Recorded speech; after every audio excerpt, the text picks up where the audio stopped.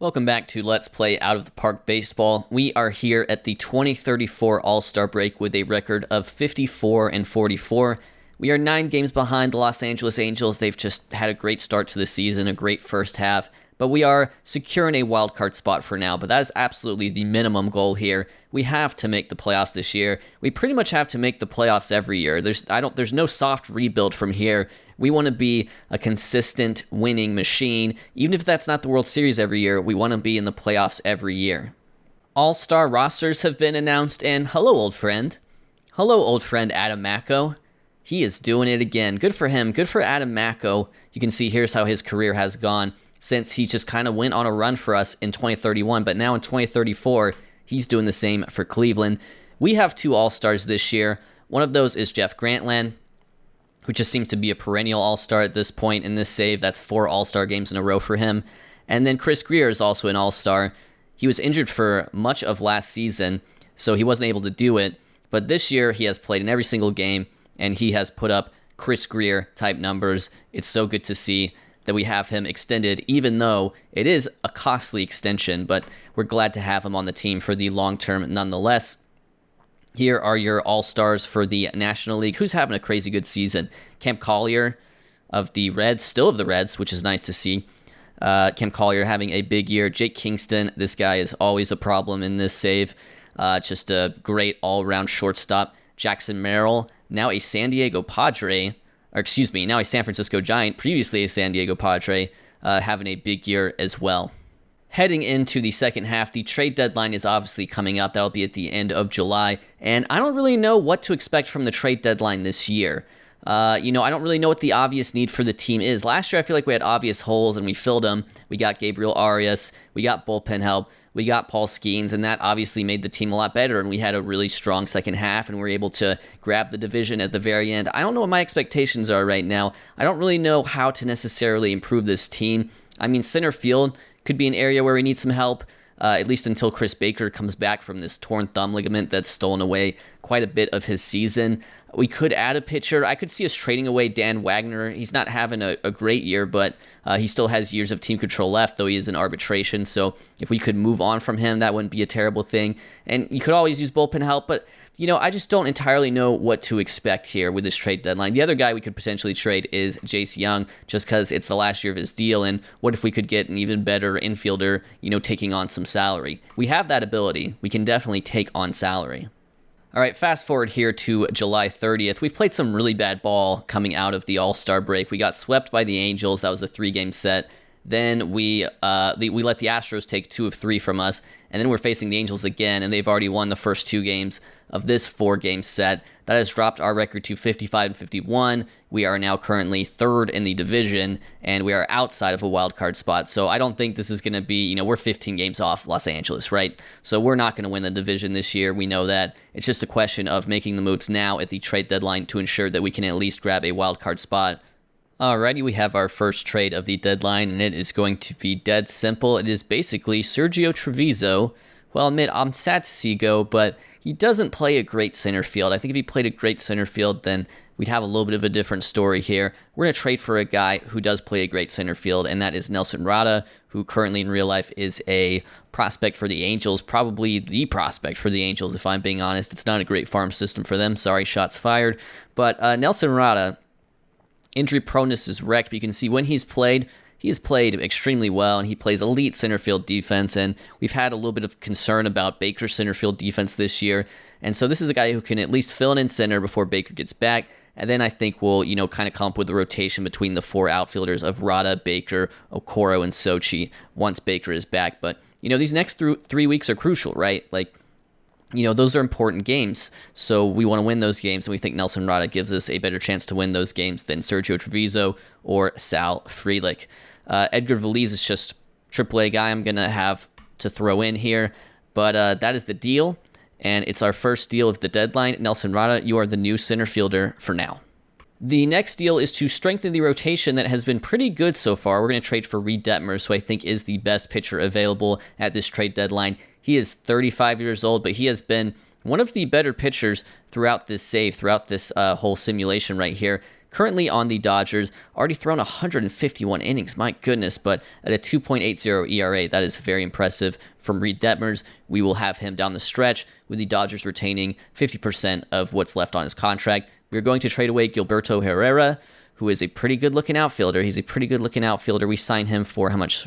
$1.5 million out of the Dominican Republic 3 years ago. Yeah, sad to see him go, but you know what? You got to give up a good prospect sometimes. Mitch Barnes is someone who we acquired in that trade with the Yankees from this past offseason. He looks like he could be a decent reliever. And then Steve Eggers, who we just added to our prospect list, my 20, 30, 12th rounders. Like, these are good prospects, right? Like, these guys could all be, you know, big leaguers who contribute, and we're going to trade all of them for what is essentially 2 months of Reed Detmers. That's how the trade deadline is sometimes. Like, we're not going to win this on a war basis in the long term, but we need to get better in the short term, and the best way to do that is to trade for Reed Detmers, despite the protestations of assistant GM Nick Krall. And here's the big one. I'm going to trade away a Dan Wagner, who I'm sad to see go. His ratings look quite nice. Like, he looks like he should be a really good pitcher, and yet he's made 30 starts for us since we acquired him at the previous trade deadline. ERA over 5. I will point out the F4 in that time frame, 2.7. So maybe he's getting unlucky in terms of the defense behind him. That's a really high BABIP there, for example, even for a ground ball pitcher like himself.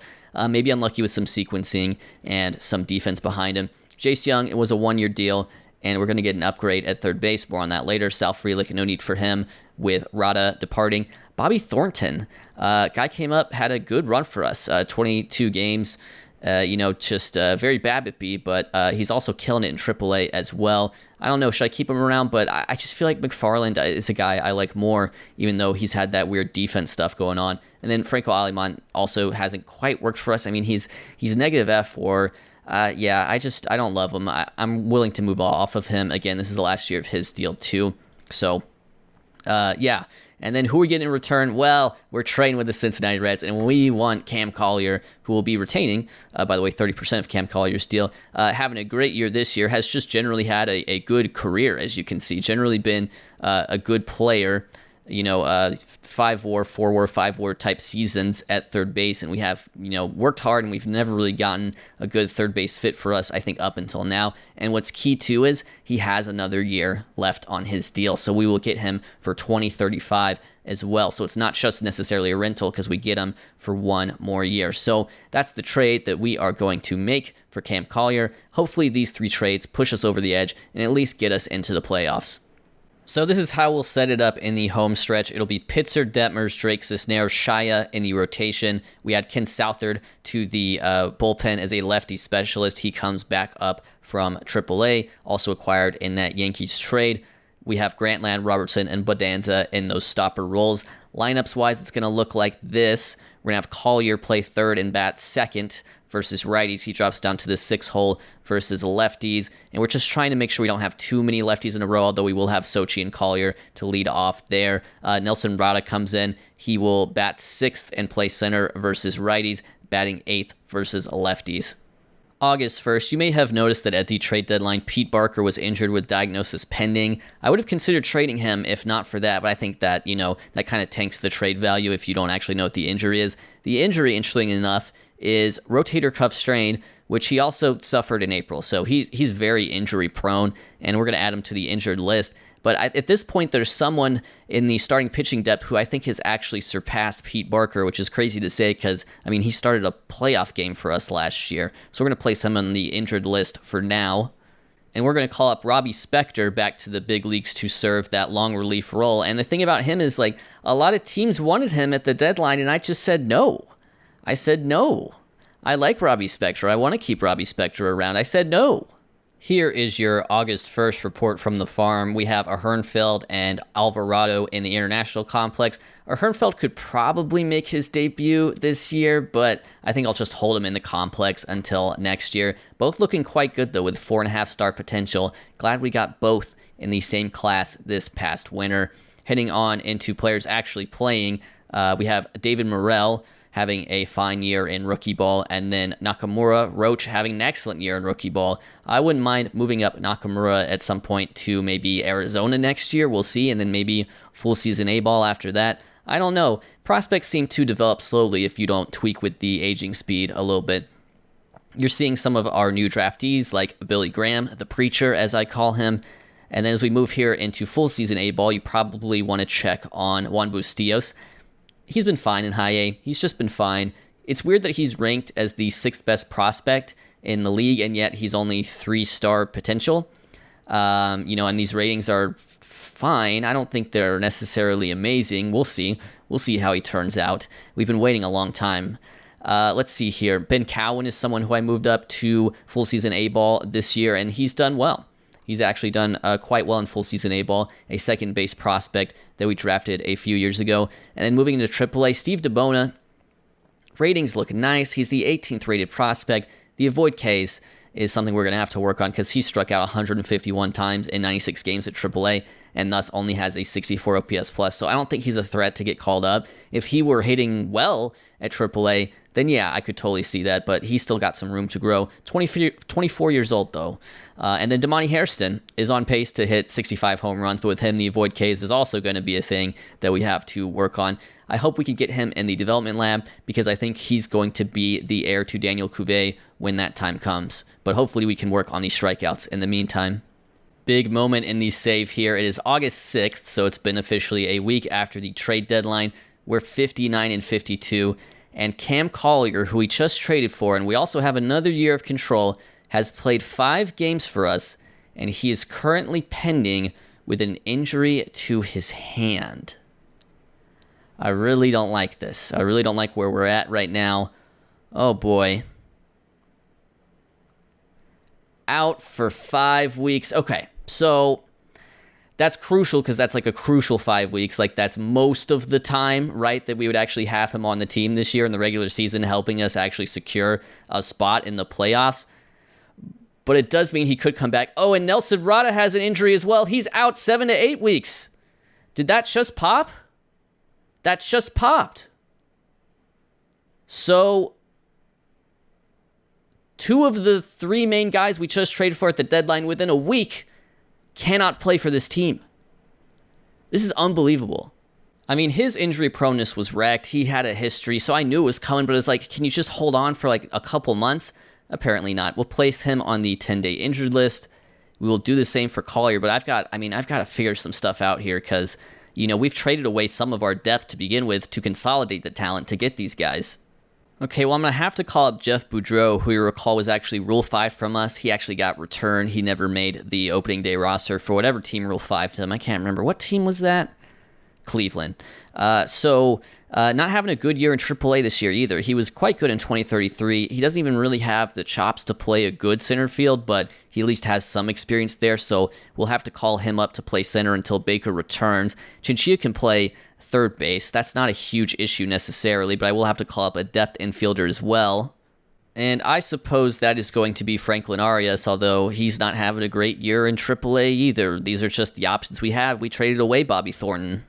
So this is how we'll set up the lineups for now, but this is really not good. We need to lock in here because we've got a couple months left in this season and we need to make the playoffs.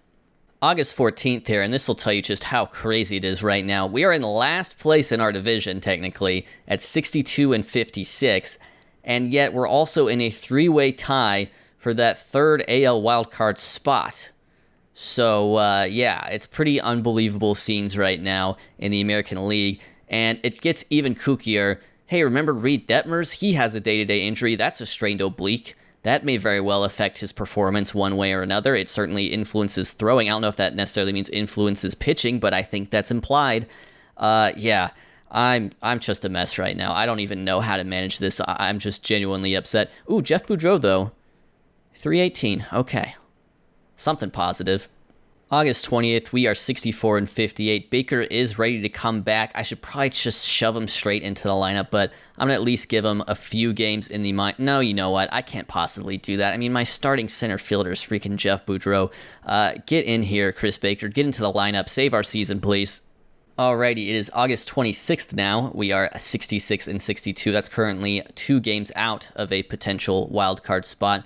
Bummer there. Another bummer, Jeremy Okoro will be out for 4 weeks with a fractured thumb. He's durable, so that one stings double, so we'll have to add him to the injured list. And I think I know who we're going to call up. I'm going to call up a different minor leaguer. That minor leaguer is TJ Bradley, who was a minor league signing for us. You can see his numbers from AAA this year. Pretty well-rounded defender, can play either corner spot. I think I'll start him versus right-handed pitching. And then Junior Arias, who's sort of a strikeout-prone lefty killer, will start versus left-handed pitching. But, I mean, you look at these lineups, and it's just not a playoff team right now. This is a huge bummer, the direction our season has gone. I thought we were just going to add at the deadline like last year and just get better and cruise and at least get an easy wildcard spot. Very much not the case due to some of these injuries right now. We are into September now. That is roster expansion. We're still 2 games off that potential third wildcard spot. We do have Collier coming back in 3 days, but the bigger problem right now is definitely the outfield. Chinchilla, to be honest with you, he can at least somewhat hold his own. He had a multi-homer game, for example. Collier, of course, is going to be an improvement, don't get me wrong. But without Rada and Okoro, we have to start, just the goofiest outfielders. Oh, actually, though, what I could do is when Collier comes back, just put him in the outfield, because he can play right field at a very high level. Okay, that's what I'll do. I'll put Collier in right. I'll get Bradley and Arias out of the lineup. We'll stick with Chinchilla at third base for now. But it is roster expansion. I guess I'll call back up Boudreaux, and then we need a pitcher, and I guess that will be Connor Gatwood. So we'll line it up like this for now. We'll have Collier play right field while Sochi kicks over to left, with Chinchilla remaining at third base. September 9th, crucially, I will point out, we go on to sweep the Mariners in a 4-game series. All these games really close, though. 3 1-run wins and a 2-run win. We are currently 1 game off that third wildcard spot, currently occupied by the Blue Jays. And also the division is tightening up just a little bit because the Angels have lost 6 in a row and the Rangers have won 7 of their last 10. So maybe it's not totally done and dusted there yet either, although I don't think we will necessarily be the team to factor in. Meanwhile, look at what's happening over in the AL Central for some nice contrast. I like to call that Comedy Central. September 14th, 2 days until the return of Jeremy Okoro, and inexplicably, as we sometimes do in September, we have gotten hot. We have won 9 in a row, and yet our hold on the wildcard spot is still only half a game, so it's going to be a tight finish for sure. I want to see how long we can at least last in terms of this win streak, though. We're playing at Houston, and we do lose there. Okay, so and because of that, we drop to being half a game out of a wild card spot. It is tight here between us, the Astros, and the Blue Jays. The Mariners have fallen off just a little bit. September 19th here, we are 81-68. Both Okoro and Barker are ready to return. I'm going to send down Arias to AAA, and I'm going to send down Gatwood as well. I hate to bench Chinchilla because he had really held his own. He had a great stretch filling in at third base for us, really brought up his numbers on the season, but we're going to go with Okoro in the outfield and Collier at third base from here on out. Well, remember when we got hot and we won 9 in a row? Well, we've lost 1, 2, 3, 4, 5 in a row here going into our final game versus the Yankees. Then we have a big series versus Texas, and we'll finish with Seattle. And as you can see, just, my goodness, look at the wild card race. Of course we get Texas. Of course we get Seattle. That is what it'll ultimately come down to. Let's see how we do in this final game here versus the Yankees, though. Hopefully get a win, because we're all tied up here in the standings. And we'll win that one 1-0 behind a nice start from Detmers. Wow, an incredible start from Detmers, actually. Before we get into these crucial final 2 series, Nelson Rada is ready to return. I'm going to a DFA Arias. We just had to call up when there were just so many injuries. And we're going to put Rada back into the team, but he's just going to be outfield depth at this point. He's not part of the lineup. He kind of screwed us over, to be honest with you. All right, let's do it. You can see the standings for yourself. We're 1 game up on Texas, 1.5 on the Mariners, and look who we've got on the schedule. We've got 3 versus Texas and 3 versus Seattle to end the year. Let's do it to it 1 game at a time. Let's play our first game versus Texas. Oop. And we get a win, 7-3. Mike Drake, the starter in that one. Dave Sochi with a big double in the bottom of the 6th. Next game versus Texas. We needed that one. A loss. Okay, that'll square it up. We lose 3-1. Looks like, Wyatt Langford had a big double in the first inning there. And then final game versus Texas. Let's take 2 out of 3 from them at least. You can see the standings right there. A loss. Okay, so Texas take 2 of 3 from us, and so it's all squared up between us, the Mariners, and the Rangers. I want to check out tiebreaker scenarios here as well before we finish up the year versus the Mariners. So we'll finish the year 6-7 against the Rangers. So that means that final loss to them could be huge. Seems like they would hold a tiebreaker over us. Meanwhile, head-to-head, we're 6-4 versus the Mariners, so they could have us beat on the tiebreaker if they win 3 in a row, but also if they win 3 in a row, they're already in a better position than us, so I'm not sure if that one will really matter. But the tiebreaker versus the Rangers might. We'll just have to see. We were in this spot last year versus the Mariners. We had a series against them to end the season, and we got swept. Luckily, we had done just enough to win the division, though, so we'll just have to see. 3 games versus Seattle, at Seattle, and it's going to all come down to this. Play that first game now. Taking a while to sim. 2-1 win. My goodness. Grantland locking it down. Okay, we get a win there. Houston also wins, so it's going to be a 1-game lead for us over the Mariners and the Rangers. Crucially, the Rangers lose. I think maybe, are the Astros facing the Rangers right now? I could see it being that way because the Astros won. Okay, next game at Seattle. Simming. We win again. 86-75, our record. We are currently tied with the Astros, and it looks like the Rangers... Yeah, I think they're going head-to-head. I think that's what's happening here. So we win at Seattle, 8-1. Chris Baker, big game, 2-run home run and 2-run triple. And so, yeah, we're going to play out this final game here, and we'll just have to see what happens. Can we complete the sweep and just lock it down, beat the Mariners? We win in extra innings, 5-4 in the 12th. We score 3 in the top of the 12th. The Mariners come back. They score 2, but we're able to finish it up. McFarland with a 3-run home run in the top of the 12th. And it was Baudanza who came in, and he allowed those 2 runs, but he said, the buck stops here, pal. We are going to the playoffs. Let's see exactly how that ended up seeding out. We are the 2nd wild card, and the Astros are the 3rd wild card. Unbelievable. Here's a review of our team's season as well as a look at our 26-man playoff roster. We've got a wild card series coming up. That is a best out of 3. We scored 717 runs this year, allowed 696. So again, I think we've proven we seem to have this ability to outperform our run differential a little bit. I don't know if having a closer like Jeff Grantland is factoring in there, but that would be my best guess. Weird defense for us this year. I'll talk about that in a little bit. It got a little bit better as the season went along. Starters ERA 4th. Bullpen ERA 5th is surprising to me. I just didn't feel like we had that great of a bullpen this year, to be honest with you. But, 5th means we still have one of the better ones in the American League, I suppose. And then offense was pretty middling for the most part. We were mostly middle of the road in most offensive categories. I have decided to line us up like this for the postseason. Here's our review of the players, though. Chris Greer was our best hitter once again. It was a very Chris Greer type season, almost identical to his rookie season. Played all 162 games, which was great because he only played 66 the previous year. 201 hits, leads the league. 42 home runs, 317 average.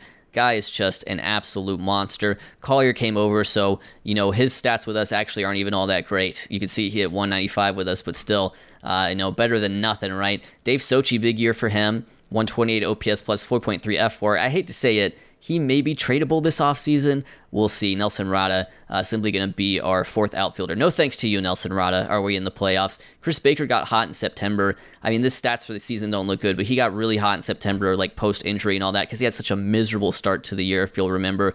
Okoro, not a good year for Okoro. I can't help but wonder, I may have to tweak the lineup a little bit. Actually, what I could see myself doing is, what if I got, Chinchilla in there against the righties, because I think he rates better versus the righties anyways, like that. So maybe I need to get him in there and put Okoro in the lineup only versus the lefties. It's just a thought. It's an interesting thought. Liddell Hungo, this was his first full year with us. 1.4 WAR. It was fine. We had Mike Bensavengo here as his platoon partner who he claimed off waivers. He was better. He was great. Kind of BABIP-y, but he was still great. If you combine these two, it was like a 2 WAR pace. That's pretty good. We'll definitely take that for 2 guys, making the league minimum. We'll definitely take 2 WAR out of that combo package. A bit disappointing this year was Jared Forrest. Some regression from 2033. He had some nice progress between 32 and 33, and then he kind of fell back a little bit from between 33 and 34. And then finally, we'll wrap up with Daniel Cuvée, because this may very well be the last action we see him in coming in this postseason. 244 strikeouts, bad. 103 OPS plus, still hit 33 bombs though, and that's what he does. He hits bombs. He has hit, let's get this correct split here. He has hit, come on, 177 home runs as an Oakland A.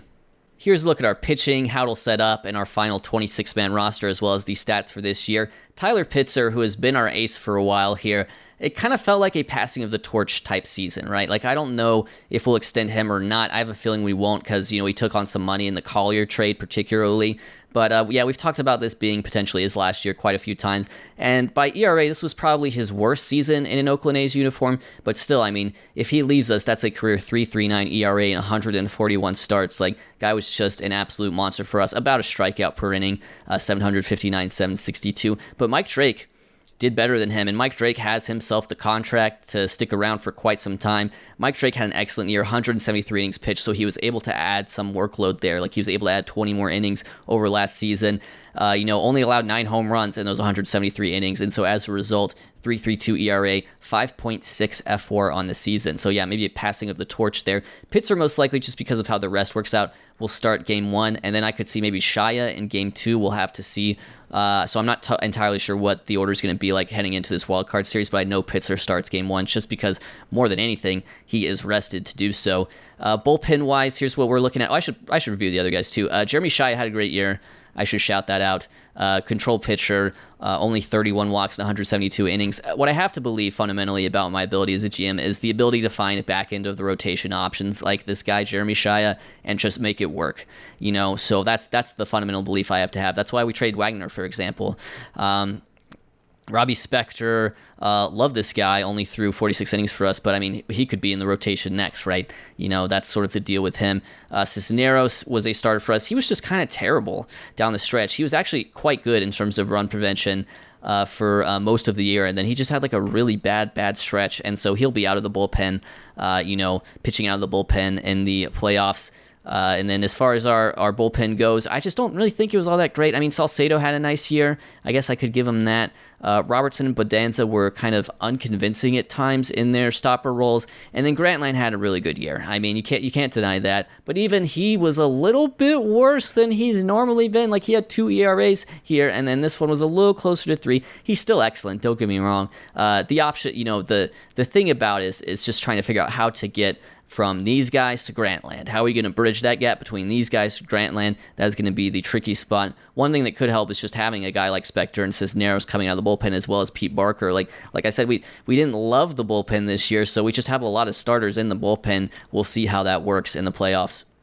And in those playoffs, we'll be taking on the Blue Jays, a chance for revenge against the team that knocked us out of the playoffs just one season ago. It'll be a best-of-3 wildcard series for a chance to take on the Yankees and a best-of-5 division series. Interestingly enough, just looking at the schedule here, all 3 of these games are listed as at Toronto, which I don't get. We should get a home game. That's how it's supposed to work. But yeah, potentially all 3 games at Toronto. We'll see. Here's what the Toronto team looks like. Honestly, though, we saw him last year, and it is largely unchanged, although they do have Mark Cox in there, a former Oakland A, looking for some revenge. So we'll just have to see how it goes. They also have Quinn Priester in the rotation, set to start game 1. That could be interesting as well. But yeah, that's a look at your Blue Jays. That's a look at your season. Wow, what a weird end to the season once again, keeping the drama going. But thank you guys for watching the Oakland A's. I'll be back up next with the Wild Card Series.